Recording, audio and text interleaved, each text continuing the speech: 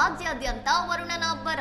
ಕಾಶ್ಮೀರದಂತಾದ ಕಲಘಟಗಿ, ಹುಬ್ಬಳ್ಳಿಯಲ್ಲಿ ಮಾಲ್ ಮೇಲ್ಛಾವಣಿ ಕುಸಿದು ಆತಂಕ. ಧಾರವಾಡ ಜಿಲ್ಲೆಯ ಕಲಘಟಗಿ ಸುತ್ತಮುತ್ತ ಆಲಿಕಲ್ಲು ಮಳೆಯಿಂದಾಗಿ ರಸ್ತೆಗಳು ಮಂಜಿನ ರಾಶಿಯಿಂದ ಆವೃತವಾಗಿದ್ದು ನೋಡಲು ಕಾಶ್ಮೀರದಂತೆ ಭಾಸವಾಗುತ್ತಿವೆ.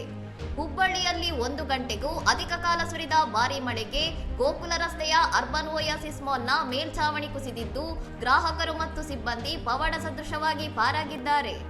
ಚಾಮರಾಜನಗರ, ಬೆಳಗಾವಿ, ಕೊಪ್ಪಳ, ಹಾಸನ ಮತ್ತು ವಿಜಯಪುರ ಜಿಲ್ಲೆಗಳಲ್ಲೂ ಗುಡುಗು ಸಹಿತ ಆಲಿಕಲ್ಲು ಮಳೆಯಾಗಿದ್ದು ಹಲವೆಡೆ ರಸ್ತೆಗಳು ಜಲಾವೃತಗೊಂಡು ಸಂಚಾರಕ್ಕೆ ಅಡಚಣೆಯಾಗಿದೆ.